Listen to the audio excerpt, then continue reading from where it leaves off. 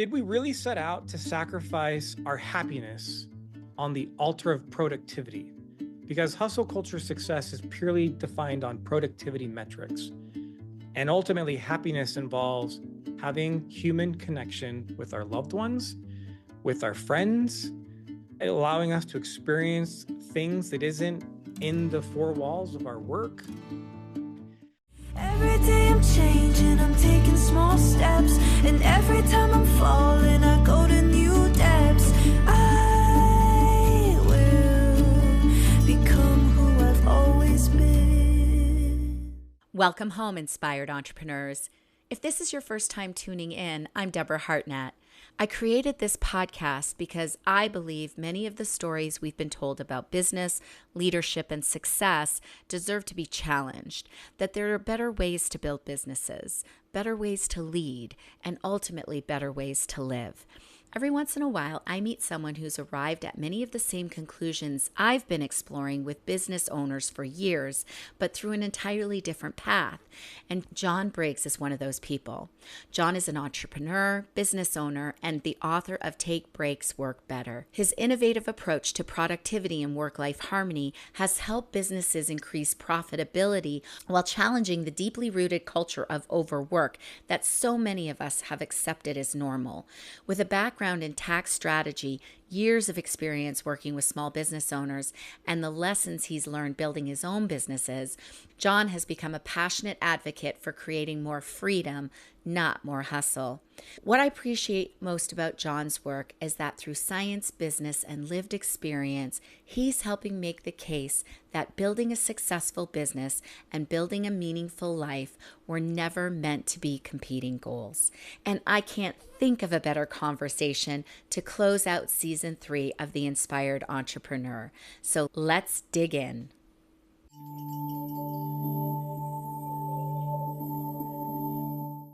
John, you dedicate the book to people who believe exhaustion is the price of achievement. Can you unpack that belief for us? I don't know where it started, honestly, but somehow whoever was the founder of the idea of hustle culture started, right? I understand the appeal because hustle culture talks about the end result is all this freedom and all this money. But what they neglect to tell us is the price that has to be paid to get to that definition of success. Our true level of happiness comes when we realize success has multiple facets. It's not just more money, and it's not just ego status, which are the two things that hustle culture tells us should be our definition of success. I want to take those people who are stuck in hustle culture, but they know something feels off, and maybe they just don't know what the exact answer is, or maybe they know the answer and they just need permission to take the next step. That's who I wrote the book for. They need something in their life to trigger the realization, maybe I'm not as happy as I thought.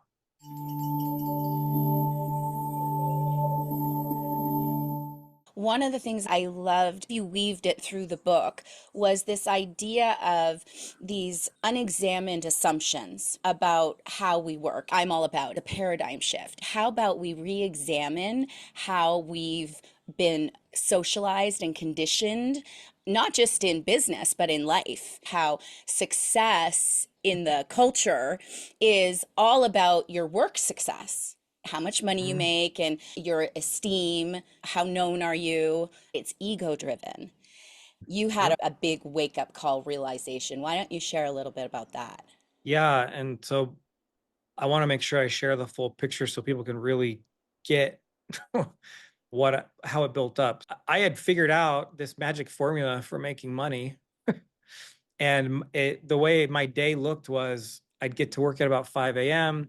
And between 5 a.m. and 9 a.m., I would do client work. And then from 9 a.m. to 5 p.m., I do all the client facing stuff because that's when clients are active and responsive. And then from 5 p.m. to about 2 a.m., I would do more tax work. Hustle culture calls this manipulating time because effectively what I was doing was getting in 3 work days about every 24 hours. And so I did that. And then there was a moment in 2011, I'm coming home at about 2 o'clock in the morning, trying to be quiet because I don't want to wake up my 2 kids and my very pregnant wife. And she's waiting up for me. And then she just proceeds to just completely lose it. Giant tears, snot, the like hyperventilating. And I remember in that moment, I'm like, look, I love my wife. So I didn't say this out loud, but I definitely thought it. And it was, isn't it nice you have the luxury of having a mental breakdown? Because I'm still operating on the definition of success that hustle culture taught us. If I have a mental breakdown, that affects the financial support I'm offering to the family, which was my definition of success. And she says, I'm a single parent. And it hits you like throat punched, whatever physical reaction. And so now I'm thinking about our wedding day, promising her, legit making an oath with her and God that I would be her complete partner in life. And I promised to support her to raise our children. And here she is standing in front of me, completely broken. And this quote in my head replayed, and it's no amount of success can compensate for failure in the home.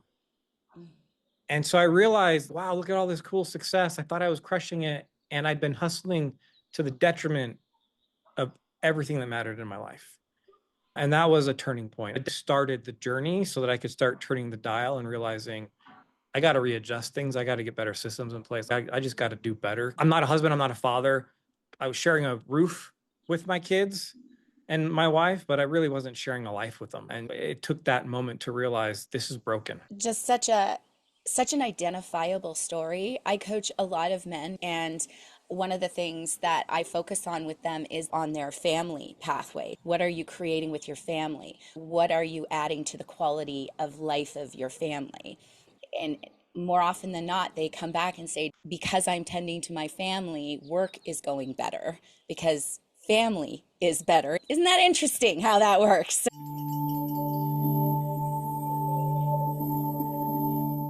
Why don't you talk a little bit about the journey to discovering the 3.3 rule?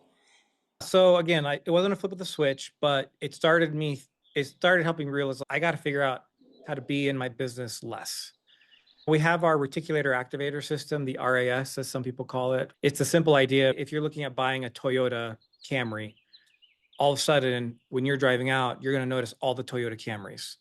So my RAS system now is on like anything that helps free up time for me. My mind is focused, like it focuses on those things.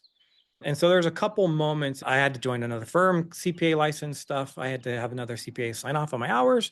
So I'm like, crap, I have to go from a solopreneur to working for somebody again. The firm I had joined at the time assigned an assistant to me because up until that point, I was wearing all the hats. Here's a junior accountant. They're going to help you tax prep stuff. And it was so glorious because this team member would tax prep things. It cut my time on tax returns down by 75% because I just had to review input instead of doing the actual input. And so that was the first thing. Oh, having a system in place and other people to help me frees up my time. And look how much more time I'm home earlier. At that time, I was a diehard hustle culture guy, and trying to fight that out of my DNA was tough. The second moment happened. I had left that other firm and I'm back to growing my own business. And I had two really good senior accountant candidates. And the goal was to only hire one. But I do believe in the principle good people can be hard to find. So if you come across them, hold on to them. So I went home and talked to my wife and I said, look, here's the deal. I think we need to hire both. We need to make some personal sacrifices on our lifestyle for a little bit. But I do believe in the long run, this is going to be awesome. So I hired both of them. And so I could take my client base and spread it to not just one other person, but now it's two other people. So basically cut my workload in a third, even though revenue for the business stayed the same. And that was more of a like solidifying, okay, something's going on here. It was those two work experiences. I caught a glimpse of a better way. And it's amazing how both ways involved other humans, which I also think human connection is a very important component of happiness, which is ultimately why most of us started our own businesses. We wanted more happiness in what working in the hustle culture environment that we tried to get away from preaches.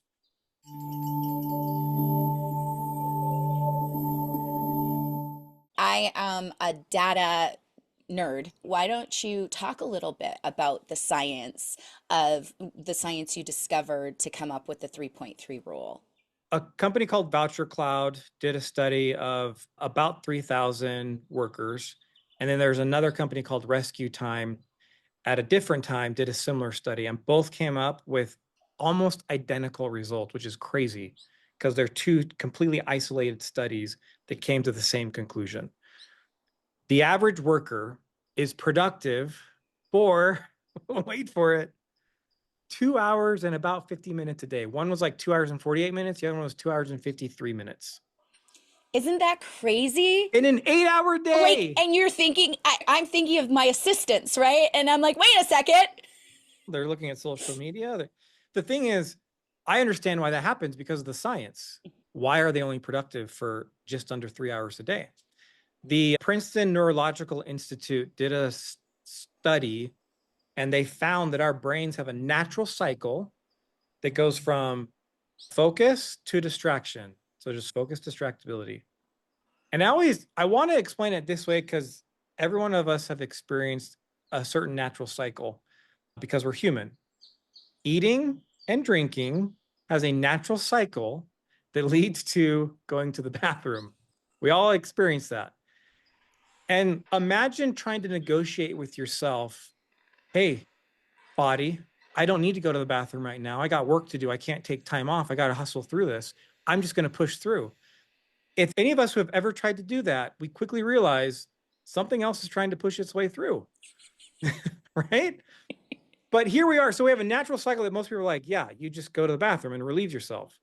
Yet in our working environment, and we have the natural cycle of focus to distractibility, we're trying to tell ourselves, no, just stay focused for 8 straight hours or more than that, depending on how much of a workaholic you are. Like you're trying to push your way through a natural cycle of your brain saying, I need to be distracted right now. It's complete bonkers. You can't hustle and grind your way past the need to relieve yourself. You can't hustle and grind your way past the need to take an actual break. And that's it just why ends up in a big mess, John. Yeah, a big mess, exactly. So it's like, so we have this science now. We understand our brains need a natural break because we need to let it have that distractibility. Working when your brain is distracted is the dumbest thing ever. You're so unproductive, which is now we go back to the other study and say, oh, that's why they're only productive for just under 3 hours a day, because they've been asked to go the full 3 hours and no one's giving them permission to take a break. I use an example in the book of NASCAR, but it's like their tires have lost traction. They can't operate at their optimum because they're being asked to go through that natural state of distractibility. And we need to just allow ourselves to go there and enjoy it, because then we come back more focused.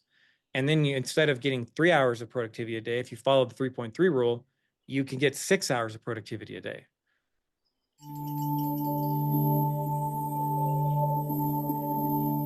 Why don't you get into more about the 3.3 rule and the results that you discovered for yourself out of applying the 3.3 rule? The rule is simply stated, your most productive workday consists of working up to 3 hours at a time, followed by a 30% recovery break. So up to 3 hours is the first 3, and then the 30% recovery break is the 0.3, so 3.3. And it's important to note, this is a framework. It's up to 3 hours. Because there's good methods like the Pomodoro technique that some people use, but I find that very rigid, because if you are in a flow state, when that timer goes off after 20 minutes, you just ruined your flow state. So let's weave ourselves and allow ourselves to be in the zone when we're in the zone. And it totally depends. The reason also it's a framework is it depends on what's the task I'm doing, what's my preference of doing that task. Do I enjoy it? Do I not enjoy it? If I'm introverted, is this an extroverted task, or vice versa? How did my day go in the morning before I even got to work? We have so many factors in our life that affect our ability to focus on any given day. We need a framework. So I might be having a tough time focusing. So after an hour, I'm going to take a 30% break because I'm realizing this is pointless. My brain is clearly in a state of distraction right now. Let's move on. Let's take the break and come back focused. Or I could be completely in the zone. It's cool. I'm going the full 3 hours. So if I work an hour, I take a 20-minute break. That's about 30%. If I go the full 3 hours, that's about an hour break. So again, it's a framework, and it's a lot of self-awareness is required with the rule.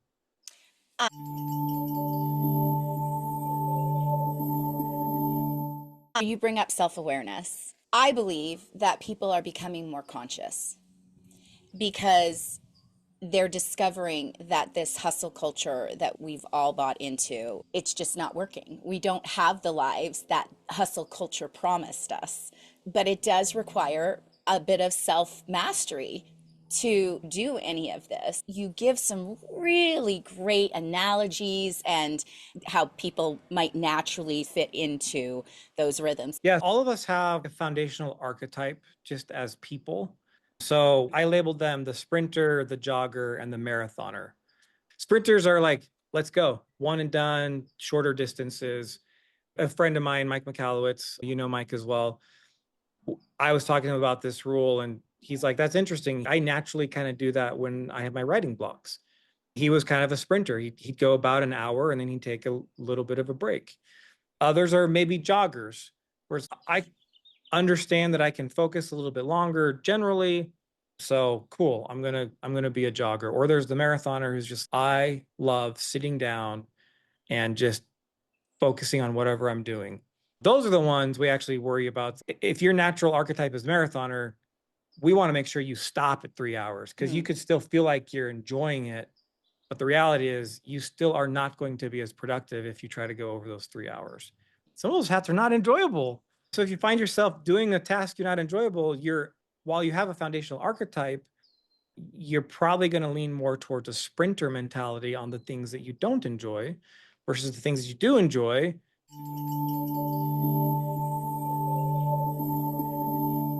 I actually want you also to get into how to use the 3.3 rule in teams. How does it apply to teams, and what could someone expect if they implemented it with their team? I'm hoping with the concepts in the book that people can avoid some of the downfalls we had when we first introduced this. So we implemented this with our team. That's where most of the training grounds for the rule happened, because frankly, it was hard to convince other business owners that, like, yeah, take breaks and you'll work better. We had some team members, some of them legit thought we were just trying to set them up to be fired. Hold on, you're going to give me more time for breaks? Like, yeah, I am. Like, I don't trust you. What's going on here? And so it took even conditioning where if I saw someone on a 3.3 break to make a big deal about it. Awesome. Thanks for taking a break. So they could calm down. So with the team, we do let them have the same autonomy, right? It's a framework. So I can't go in and say, everybody take a break at 12 o'clock. Everyone, it has to be the individual based on, again, what's going on in their life. How are they feel focused right then? Because ultimately the math works out in an 8-hour workday. Everyone should have 6 hours of productivity and 2 hours of recovery breaks. And so we do encourage them, if they can take breaks with another person from a beneficial standpoint as the owner. And not only do I have two team members taking a break, so they're going to come back more productive, but they also build camaraderie with their other team members, which helps with retention of team members because people typically quit people, not necessarily the company itself, right? So if they like more people, they're more likely to stay. We grew like 492% as a company. Say that number again, please. You said it so casually. Yeah, 492%.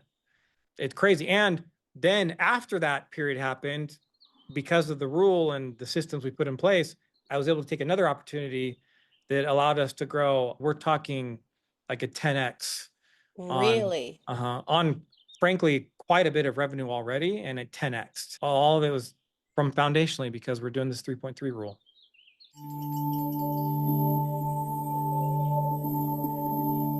I love data.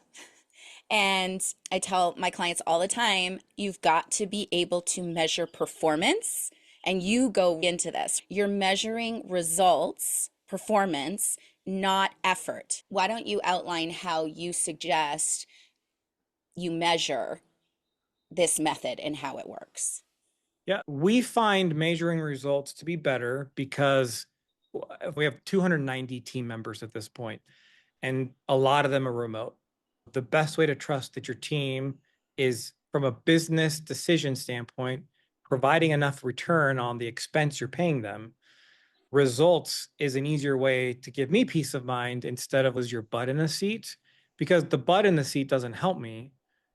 It's the result that helps Yep. the business move forward. So if some of those team members are getting great results and they're not actually putting in the full 40 hours a week that they're being paid for, I'm less likely to care. They're getting the results that I know is cool. That's a great ROI on that labor cost. Now, that being said, I don't want to say we discount effort. There are certain things when you do initiatives, I believe as a business owner, you actually have to focus on the effort first, because the result isn't going to come and it could be debilitating from their motivation standpoint. But when it comes to the 3.3 rule itself, we ask the team members to do self-reflection. How productive were you during this block? What did you do on your break? Because that got into another thing. Like when we started implementing it, helping people understand what's a good break and what's a bad break, that makes a big difference. So assuming they made a good break, are we tracking that? What's their, depending on their actual task job description, whether admins or tax people, like what is the result that we want them to do? Yeah. And so we would track that. Are you getting sufficient results for whatever your responsibilities are? All within the 3.3 rule, so that I know that the rule is working and that the rule shows an incremental increase in productivity.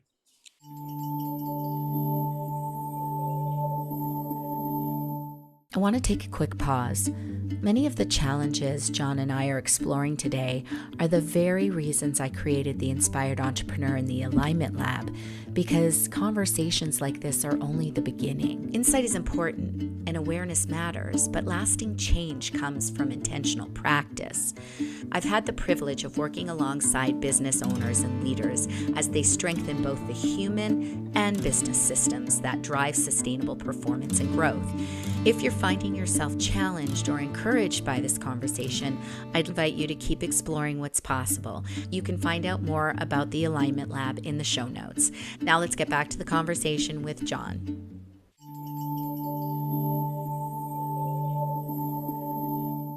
You talked about breaks. I don't know about you, but when I hear a break, that means I can go and grab something quick to eat and then go back to my desk and just catch up on emails before I go back to the work.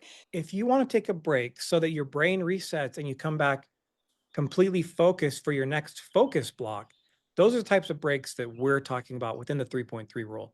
Your life is your life. So some of the things I'm going to suggest, you want to do those, that's great. They're just not a good break idea to reset your brain to allow you to come back 100% focused. People can Google this. There's actually a ton of data on it. The first bad break idea: don't eat your food and try to work. Eating lunch where you're working through lunch is actually a terrible break idea. In the book, there was a company who did a survey and found that their workers who took an actual lunch break, totally disconnected, were more productive. Doom scrolling. Social media, like I'm taking a break and I'm scrolling. Unfortunately, the way cognitive load works and the way dopamine works with the way those algorithms are set up, you are not giving your brain any sort of rest. In fact, you are potentially adding more stuff to your brain that makes your ability to focus even less after doom scrolling. It's the same with politically charged things, which frankly, nowadays with media is almost every single stinking thing. Those are the two main ones that I know most people do during their breaks. So you gotta stop those two things. Good breaks are things that allow you to restore your energy and reset your focus. They are going to vary from person to person, but most of the things involve creativity stuff. Practicing an instrument is actually a really great break idea. Moving, walking, getting outside. You're sitting outside right now. It's great. And if you don't want to walk outside, that's fine. Just being outside is enough. Journaling is a great way, just getting your thoughts out on paper. I know it sounds childish, but coloring, if you're into painting, like those types of things. I used to say exercise is actually a good break idea. And I've done enough research now in science, that's not entirely true. Light exercise, light movement, stretching, yoga, meditating, those are all good forms of exercise. Intense exercise does require an additional break period afterwards to let your body reset. Because intense exercise is awesome. It's great. Our bodies need it. But as far as a 3.3 break, we don't want to do that as part of a 3.3 break.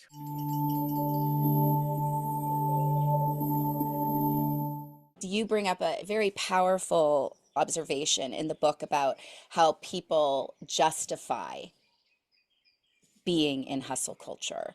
Do you want to speak to that a little bit? Like how people justify and what a load of baloney it is? Yeah. It's always with this idea. Hustle culture is just telling us, like, yeah, make more money because money can't buy happiness. And everyone who has money realizes actually money does add an element to happiness, As it right? does. But it's not the end all be all. So there's a series of questions that hopefully maybe it helps people think about this differently. When I had that realization, oh crap, what's going on? A lot of people, especially those who are going to be interested in the book, maybe have had something like that where they just start questioning what is actually going on here. Who are you really if the only thing you ever do is work? Have you ever caught yourself bragging about how busy you are like it is some sort of badge of honor? And then think about 2 years, 5 years, 10 years down the road. What do you actually think is waiting for you at the end of all those hours? Is the point really to work yourself so hard that the only thing people remember about you is that you were always busy? Whose definition of success are we living by? I'm going to be able to spend time with my family. Yeah, except because you pushed yourself for so long, you also pushed them out while you're pushing yourself. And now there's no family for you at the end of all that money you just made. It's actually why there's a lot of studies. These people who are ultra wealthy are some of the most miserable people Miserable. because they get to the end and like, but I made all this money. I don't feel happy. I don't feel fulfilled. I don't feel satisfied. In my book, Bonnie Ware is an author and she wrote a book about this where she interviewed people on their deathbed. And guess what? Not a single one of them said, I wish I had more money. All of them, all the ultra successful people, and we're talking like successful based on the definition of hustle culture, they had all the material wealth that anyone could ever want. And all of them wish they had more time with their family. It's going to make me cry. Okay.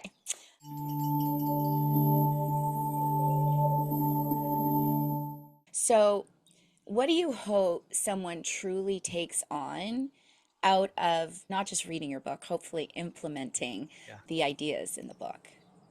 It's written for the burnout person, the one who thinks exhaustion, yep, this is the only method. I hope one day realize it's not. Ultimately, I want people to have work-life harmony. And if we go back to the definition of success, to me, that's the ultimate element of reclaiming our lives. If you think about it, if I'm a founder of a business and I'm working in it, why did I start that in the first place? It's because I wanted freedom. And I believe when we say freedom, it's too vague because as a US citizen, I have freedoms that other countries don't have. What we're really talking about is a business owner wants time freedom, they want financial freedom, and they want mental freedom. Mm. So to me, it's those three freedoms that really is what drove us to start the business in the first place. But then we get stuck in this is how it is. This is the way. That guy's killing himself over there. I got to kill myself too to get this thing going. And oh yeah, I got to sacrifice my family. No, you don't. So let's redefine, come back to the real reason you started your business in the first place. And you'll realize, especially by implementing the rule, you can get more productivity done in the hours you're already dedicating to it. I'm not asking people to wake up earlier, but to just question what is the definition of success in their life. Great, I made all this money, but if I'm too exhausted to use it, is that actually winning? Oh, is winning, I'm outperforming all these other people. That's awesome, but I've lost myself in the process. Whose definition of success am I living by? Ultimately, hustle culture's definition of success is underdeveloped because it erodes these other parts of our life, right? It destroys our relationships with our family. When we are with our kids on vacation, the only thing they're going to remember is that dad was always on his cell phone or laptop. And true success elevates everything in our life. It doesn't erode a single part. And we just need to redefine it. So I think the only way to reclaim back our lives is to actually redefine what success looks like I believe the 3.3 rule is a critical science-backed method that allows people to do that.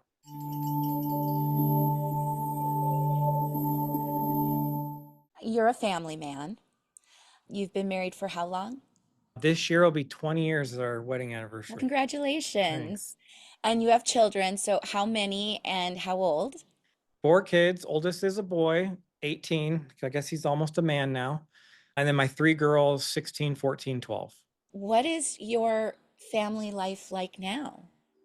Yeah, and I'm fortunate that my wife took a stand and said something to me because the kids were younger, right? 4 and 2 at the time. Luckily, not super observant of me being absent. Now I'm home for dinner, and there's a ton of studies that support how your children develop just by having family dinner, Mm. eating around the table at the same time. So I made a conscious effort. If anything, even if there's like crazy stuff going on, because I'm not trying to say with the 3.3 rule that there's never going to be a time that you got to buckle down and work more hours. Life happens, business happens. But if I am consistently home for dinner, that's one of my metrics of personal success. I want to be there. Because of our success with the business, I put in a legit theater room into our house. And so every Sunday, we're going to watch a movie together in our theater room. We even have a commercial popcorn machine. It's Oh, how awesome. It's so good. so fun. But so like we have that little tradition thing going on. We will watch series over the last 5 years have gone on at least 2 family trips a year. Mm. But also when it thinks about family, my wife and I will always do a trip just by ourselves once a year. And the kids see that. And I want them to see that. Yeah, you guys are important, but it's also important that your mom and I go off and have our own personal time. So there's all those are the things. And it allows me to go to soccer games. It allows me to, I have one daughter, she's really into theater, so I get to go to her plays. It just allows me to be way more present, which makes me a better father, especially compared to what I was. I just think it's so important that people see examples in the world of what it looks like to run a successful business and also have a successful home life. So, thank you for sharing that with my listeners.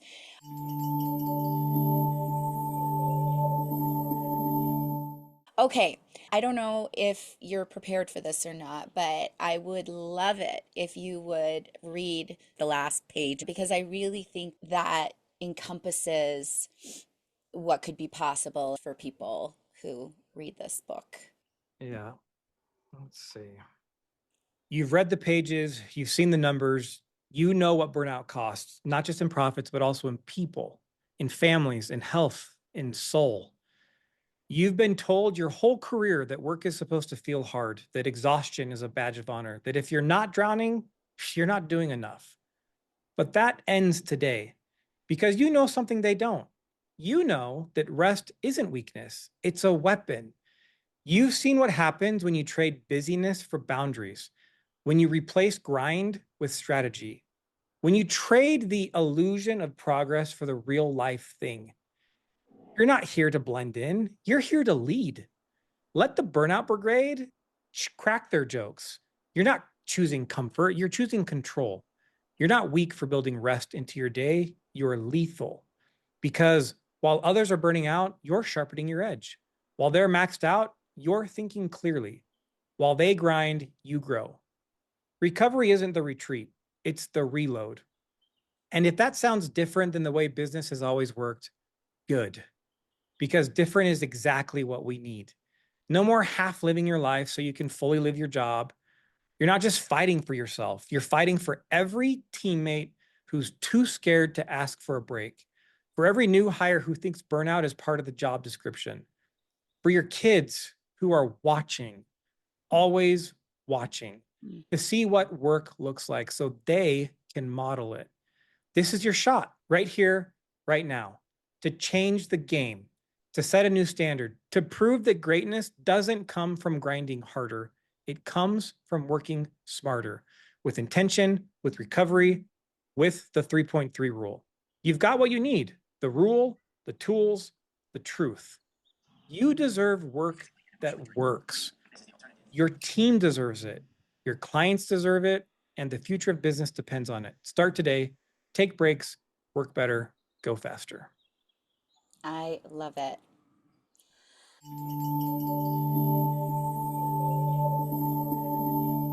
John, why don't you tell people how to get your book? Yeah, so the easiest way, especially we're in pre-order stage. So if you guys aren't familiar, we try to throw out as many bonuses and incentives as possible. If you go to takebreaksworkbetter.com, you'll see on the very first thing is a pre-order option. And with it, we're offering bonuses. There is a masterclass that I'm going to do with just those who pre-order. And so we're going to go pretty in depth through the tools of the game. We'll do some Q&A stuff. If you buy the book and pre-order it, I'm going to send you a copy. And honestly, if your audience does it, the audio book should be available by then. I'll even send them the audio copy as well. And then you also get to join my book club, but it's actually, I'm going to do some exclusive things just with my book club. One of those being I support other authors as well. And so the first 300 people who join my book club, I guarantee I will send them at least one other book from another author. And then we're gonna do some fun stuff with the book as well. There'll be some readings like this and other things there. But people go to takebreaksworkbetter.com. That's the best place to tell me you're gonna pre-order it and do it. I've pre-ordered and then I got a copy that I could download so I could prepare for this interview. I had no idea there was a free workshop. I am there. So why don't you talk a little bit about that service that you provide? Yeah, it's as simple as it sounds, right? Like we take the 3.3 rule and we come in and we make sure that you guys can implement it the right way. With 290 team members, you can probably imagine how much of the do's and don'ts we've seen, the way people implement it. And so our goal is to be that guide for you so that it can be the most efficient. If you're interested in that, you can just email me directly, john@33rule.com, and we can discuss what that looks like for your business. Awesome. John, it has just been such a pleasure meeting you. We have the same mission in life for people to live fully, joyfully now with everything they have. I really thank you so much for giving your life to this kind of a purpose and making the world a little bit better of a place. So it's just been such a pleasure being with you. Thanks for having me. This was great. I find myself reflecting not just on this conversation with John, but on this entire season. One of the reasons I created this podcast is because, like John, I believe many of the assumptions we've inherited about business, leadership, and success deserve to be challenged. And this season, every conversation has reinforced that belief for me. There really is another way. I've had the privilege of working with business owners for over a decade, and I've experienced it. I've watched clients experience it. I've watched people build successful businesses while becoming more present, joyful, and fulfilled in their lives, with their families, and in their leadership. Now, it's not always easy. It takes intention and it takes practice. It really takes courage to question some of the assumptions we've inherited about business, leadership, and success. This podcast and the amazing guests are showing you that it is possible. Thank you for joining me for another season of The Inspired Entrepreneur and for being willing to explore these ideas with me. If this conversation resonated with you, I'd love for you to share it with someone who might need to hear it. Please subscribe to the podcast and leave a review. It helps us continue growing this community of inspired entrepreneurs. Now, we'll be taking a short break during July, but I'll be back in August for season 4 with more conversations and more possibilities to explore together. Until then, take good care of yourself and each other. I'll see you next season. Welcome home. Welcome to The Inspired Entrepreneur. Every day I'm changing, I'm taking small steps, and every time I'm falling, I go to new depths. I will become who I've always been. And because I care about you and want to keep things above board, here's the quick legal bit. The Inspired Entrepreneur podcast and content posted by Deborah Hartnett is presented solely for general information, educational, and inspirational purposes. The use of information on this podcast or materials linked from this podcast or website is at the user's own risk. It's not intended as a substitute for the advice of a physician, professional coach, psychotherapist, or other qualified professional diagnosis or treatment. Users should not disregard or delay obtaining medical, mental health, legal, or business advice for any situation and should seek the assistance of qualified professionals for any such conditions or decisions.